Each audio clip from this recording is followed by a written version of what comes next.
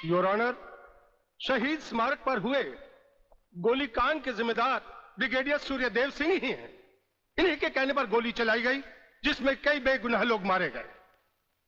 अब मैं अदालत के सामने कुछ ऐसे गवाह पेश करूंगा जो इस हादसे को साबित कर देंगे। सबसे पहले मेरे गवाह हैं municipal councillor mister M.K. Tiwari.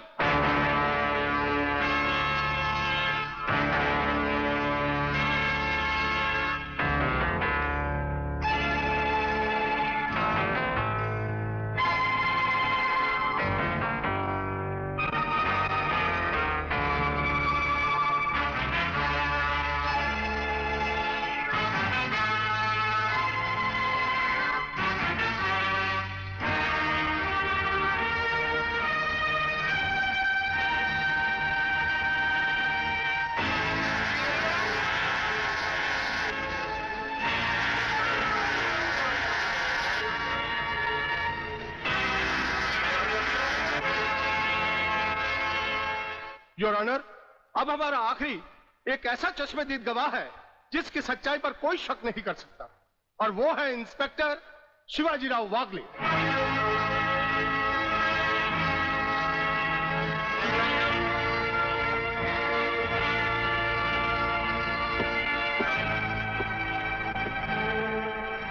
मैं गीता पर हाथ रखकर कसम खाता हूं, जो भी कहूंगा सच कहूंगा, सच के अलावा कुछ नहीं कहूंगा। जज साहब, शहीद स्मारक पर जो भी कुछ हुआ मेरी आंखों के सामने हुआ। मुझे इस बात का ताज्जुब है और अफसोस भी है कि ब्रिगेडियर सूर्यदेव सिंह जैसे जिम्मेदार और सुलझे हुए अफसर ने ऐसा कदम क्यों उठाया जिससे निर्दोष लोग मारे गए। इस हत्याकांड के जिम्मेदार ब्रिगेडियर सूर्यदेव सिंह ही हैं।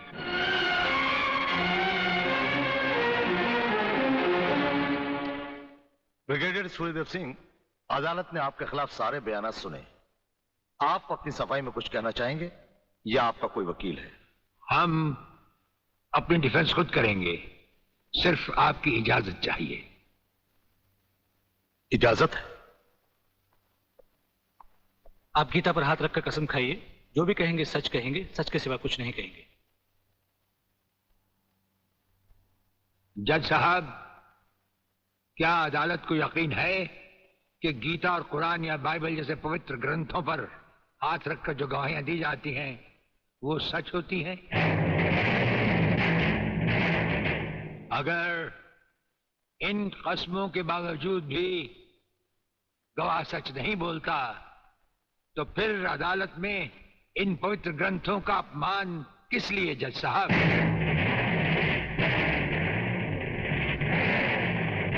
अगर फैसला ऐसे सबूत और गवाहों की बिना पर ही होता है जो पैसे से खरीदे जा सकते हैं, तो बंद करवा दीजिए ऐसे रस्म और रवाज जो कि झूठे हैं। ये मुकद्दस ग्रंथ हमारे धर्म और ईमान का ताज है, हमारी जिंदगी की बुनियाद है।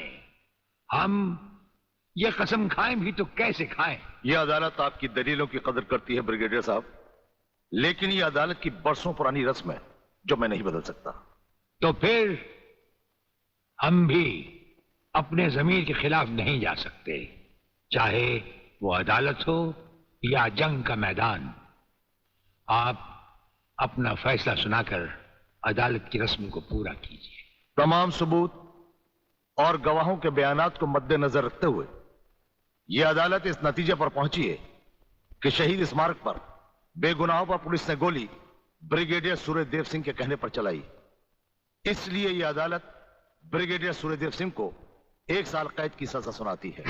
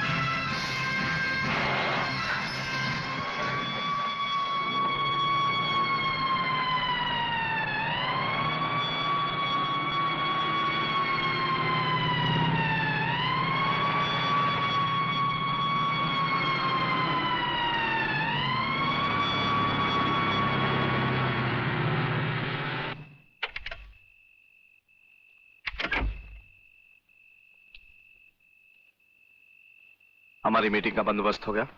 Yes sir. सूर्यदेव सिंह को आप जेल के तहखाने में मिल सकते हैं। गवर्नमेंट डिसिप्लिनरी एक्शन का मामला है, इसलिए हमारे साथ हमारे सेक्रेटरी के अलावा और कोई नहीं जाएगा। Right sir. This way please.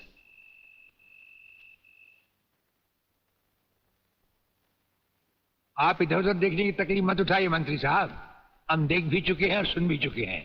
यहाँ दीवारें तो हैं लेकिन इनके कान नहीं। आपका वागले से अलग हो जाना, वागले का भरी अदालत में आपके खिलाफ बयान देना, आपका गिरफ्तार होना भाई ये सब मेरी समझ में पूरी तरह से नहीं आया। इसलिए तो आपको हमने याद किया है।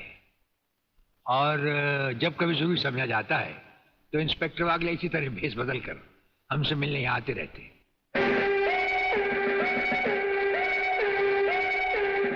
सर, ब्रिगेडियर साहब का हमसे अलग होना, जेल में आ जाना, इससे दुश्मन हमें कमजोर समझकर लापरवाह हो जाएंगे और उनकी इसी लापरवाही का फायदा उठाकर हम उनकी जड़ें आसानी से काट सकते हैं। हम जिन जराइम की तलाश में हैं, उसकी कुछ जड़ें इस जेल की चार दीवारी में भी पैवस्त हैं। उन्हें ढूंढकर निकाल कर हमें खोदना होगा। और मंत्री साहब, आपसे खास बात ये कहना थी कि हमारी गैर हाजिरी में इंस्पेक्टर वागले आपसे हॉटलाइन पर बातचीत किया करेंगे। ये जब कभी भी आपसे कहें, आप हमारे लिए रिहाई के ऑर्डर भिजवा दीजिएगा। ठीक है, आप जब चाहेंगे आपकी रिहाई के ऑर्डर्स भिजवा दिए जाएंगे। नमस्कार। जो 3 मासूमों को सोचे समझे बिना हवालात में बंद कर दिया, मैं पूछती हूँ क्या हो गया है इस देश के कानून को? अगर पुलिस वाले इस तरह पुलिस स्टेशन में सोते रहे तो निर्दोष लोग जेल में नहीं जाएंगे तो कहाँ जाएंगे? उठो! कौन तुम? नींद की गोली खाकर सोया है गांजे की? दिखता नहीं क्या? लड़की हूँ मैं, आलोक की बहन, जिसे तुम्हारे कोई बहादुर इंस्पेक्टर ने बलात्कार के जुर्म में पकड़ा है। कहाँ है वो इंस्पेक्टर? मैं उससे मिलना चाहती हूँ। सलाम साहब। साहब? अच्छा, तो आप ही है वो साहब। मैं पूछती हूँ तुम पुलिस वालों को हुआ क्या है जो गुनहगार को निर्दोष और निर्दोष को गुनहगार समझ लेते हैं? सुना था कानून अंधा होता है, मगर तुम्हें तो भगवान ने एक नहीं 2-2 आंखें दी हैं, और वो भी चील की तरह मोटी मोटी। क्या वो तीनों तुमको किसी भी तरह से बदमाश लगते हैं? अरे मेरा भाई आलोक, वो तो किसी लड़की से बात करते हुए भी कांपता है, वो किसी पे बलात्कार क्या करेगा? खाक। वागले बेटे, ये तो लाल मिर्च है तीखी तीखी। हाथ लगाओ तो हाथ चले, मुंह लगाओ तो मुंह चले, दिल लगाओ तो दिल चले। ये तेरी बीवी बनने के लायक है। अरे इस तरह घूर घूर के क्या देख रहे हो? पहले कभी लड़की नहीं देखी क्या? लड़कियां तो बहुत देखी, लेकिन तेरे जैसे तीखी पहली बार देखी। क्या तीखी? क्या नाम है तुम्हारा? शांति शांति शांति शांति शांति शांति। वाह, क्या कमाल का नाम रखा है चुन के माँ बाप ने, शांति, जो इस देवी के चेहरे और जुबान से शहद की तरह टपक रही है। हाँ? हंस क्या रहे हो दांत निकाल कर? मुझे अपने भाइयों से मिलना है। हवलदार, मिलने दो इसे। साहब, उन तीनों को अस्पताल ले गए हैं शिनाख्त के लिए।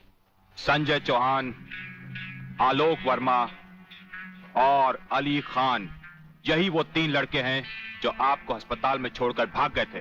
क्या इन्होंने आपके साथ बलात्कार किया?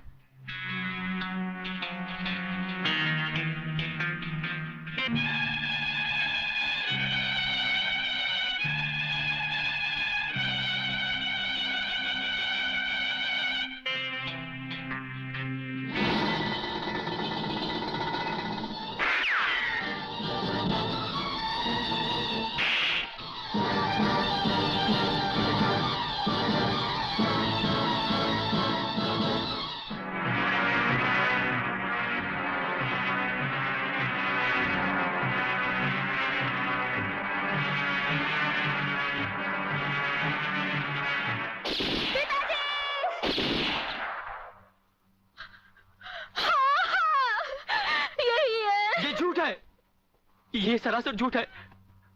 हमने कोई बलात्कार नहीं किया। सच कह रहा है मेरा बेटा। इंस्पेक्टर साहब, ये झूठी है, झूठी है ये।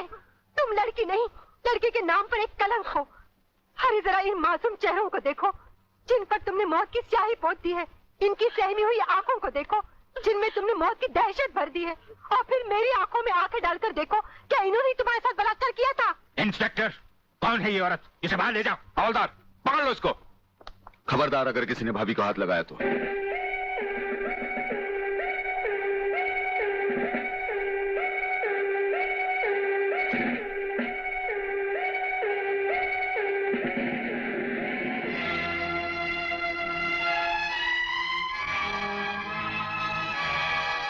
इंस्पेक्टर वागले, आप जानबूझकर अनजान बन रहे हैं।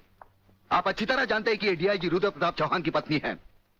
याद है डीआईजी रुद्र प्रताप चौहान, जिनके अंतिम संस्कार पर आपने लंबा चौड़ा भाषण झाड़ दिया था, जो आज भी हम पुलिस डिपार्टमेंट के लिए आदर्श है, उनकी पत्नी है। तो ये भी किसी मामूली आदमी की बेटी नहीं है, ये इस राज्य के मंत्री जीवन लाल टंडेल की बेटी है। और जानते हो इन तीनों ने इसके साथ क्या नर्क किया है? कुछ नहीं किया।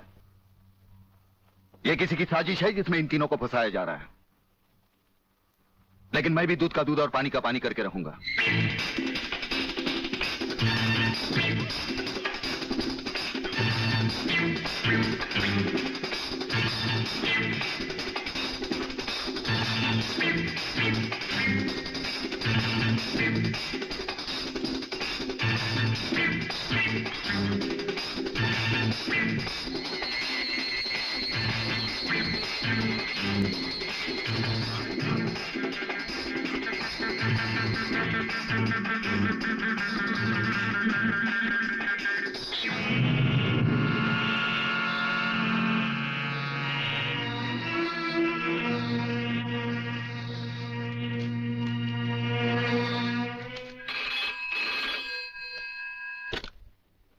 हरिप्रसाद स्पीकिंग। जज साहब, मैं प्रलयनाथ गुंडा स्वामी बोल रहा हूं। Your honour, dancer miss Anita Chaudhary की लाश का समुद्र के उसी किनारे से मिलना और उसी जगह से राधा टंडेल के कपड़े और सैंडलों का मिलना, इंस्पेक्टर वागले को मिली हुई गोली और अनीता चौधरी के पेट से निकली हुई गोलियों का एक ही रिवॉल्वर से चला होना और उस रिवॉल्वर पर किसी और की उंगलियों के निशान होना, यह साबित करता है कि इस केस में किसी और का भी हाथ हो सकता है। इसलिए जब तक ये बातें खुलकर अदालत के सामने नहीं आती, मैं अदालत से दरख्वास्त करूंगा कि इन तीनों की जमानत मंजूर कर ली जाए। योर ऑनर, मेरे फाजिल दोस्त ने बड़ी आसानी के साथ कह दिया कि इस केस में किसी और का हाथ भी हो सकता है। लेकिन ये बात कहते हुए मेरे फाजिल दोस्त भूल गए कि अनीता चौधरी की लाश के पास संजय चौहान का पर्स भी मिला है। Your honour, miss Radha Tandel जिनके साथ बलात्कार हुआ, उन्होंने अस्पताल में पुलिस इंस्पेक्टर के सामने इन तीनों की शनाख्त की है। योर ऑनर, इसके अलावा डॉक्टर गुप्ता की रिपोर्ट मौजूद है। इन तमाम बातों से जाहिर है योर ऑनर कि रेप और मर्डर इन्हीं तीनों ने एक साथ मिलकर किया है। लिहाजा मेरी कोर्ट से गुजारिश है कि इनकी जमानत किसी भी कीमत पर मंजूर नहीं की जाए। सरकारी वकील की दलीलों को मद्देनजर रखते हुए यह अदालत संजय चौहान, आलोक वर्मा और अली खान की जमानत नामंजूर करती है और इन्हें पुलिस की हिरासत में रखने का हुक्म देती है।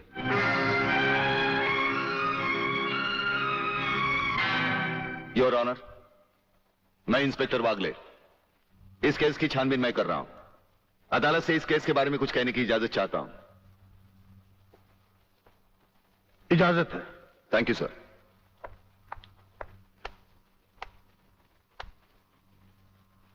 योर ऑनर, इंसाफ के इस मंदिर में आपको न्याय करते हुए कई साल हुए होंगे और इन सालों में आपके सामने रेप और मर्डर्स के अनगिनत केसेस भी आए होंगे। क्या उन अनगिनत केसों में आपके सामने कोई ऐसा केस आया है जहां कत्ल और बलात्कार करने वाले ने जिसके ऊपर बलात्कार किया है उसे खुद अस्पताल पहुंचाया हो? ये तो अभी तक सुना नहीं कभी। सही कह रहा है ये बात, गड़बड़ जरूर है। बहुत बड़ी ऑर्डर, ऑर्डर। इंस्पेक्टर वागले, मुझसे सवाल करने की बजाय आप इस केस में रोशनी डालिए। वही कोशिश कर रहा हूं सर।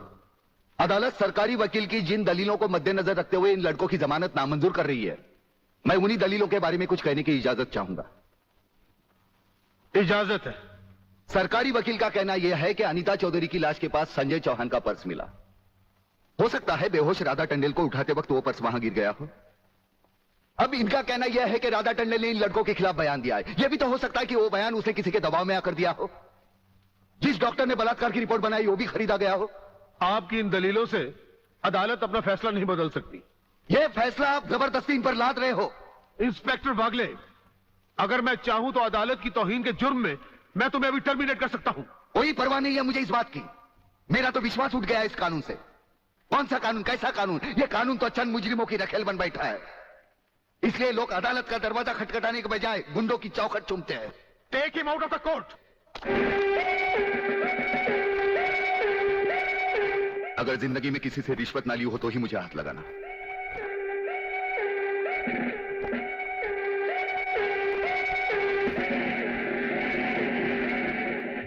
इन्हें गिने भुक्कड़ लोगों की वजह से यह अदालत शतरंज की बिसात बन गई है, जहां कोई भी आकर कानून से खेल सकता है।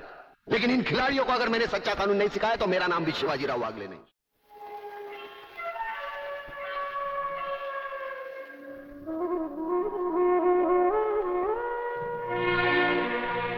नहीं यार, इस तरह तो हिम्मत हार के हम बिना फांसी के ही मर जाएंगे।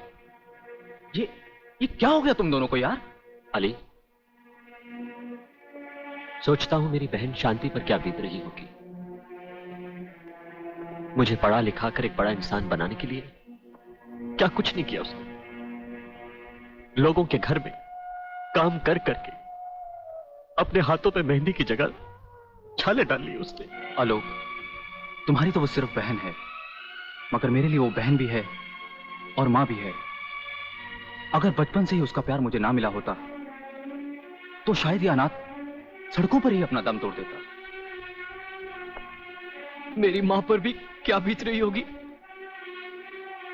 वो तो रो रो कर पागल हो गई होगी। अगर मुझे कुछ हो गया तो उसका भरोसा भगवान पर से भी उठ जाएगा। तुम इन 3 लड़कों के केस में कहां उलझ गए? हो सकता है इन बच्चों का केस महज इत्तेफाक ही हो। इत्तेफाक नहीं है सर। ये कड़ियां भले ही अलग अलग नजर आ रही हो, लेकिन अगर गौर से देखें तो ये सब एक ही जंजीर की कड़ियां हैं, जिसमें एक न एक दिन जीवनलाल टंडेल, रसिकनाथ और गुंडा स्वामी की कलाइयां फंसेंगी। ये इत्तेफाक नहीं है सर, इत्तेफाक नहीं है।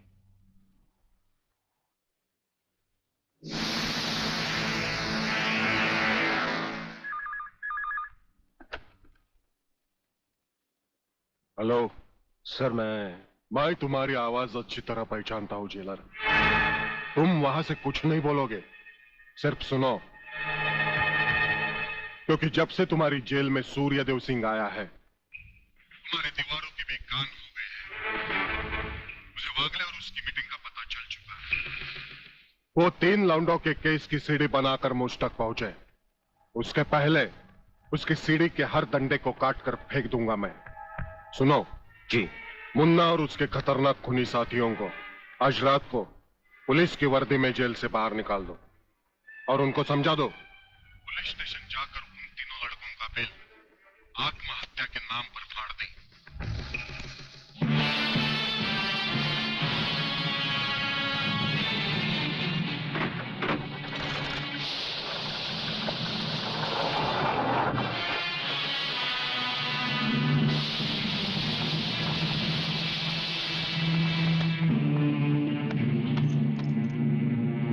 टेलीफोन का वायर काट दो, अब इसे बांध दो।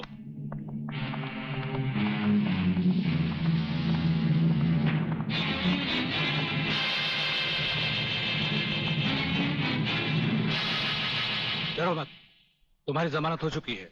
हम लोग तुम्हें रिहा करने आए हैं।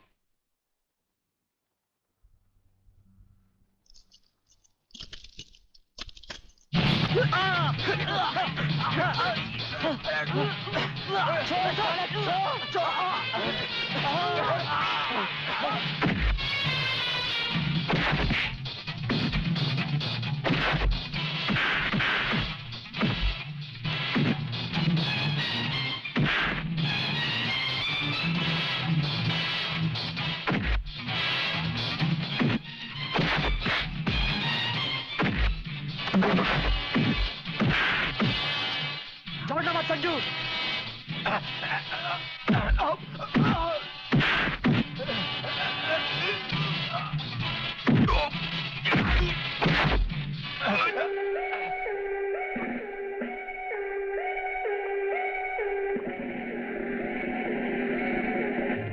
क्या बकते हो? किसने बताया तुम्हें?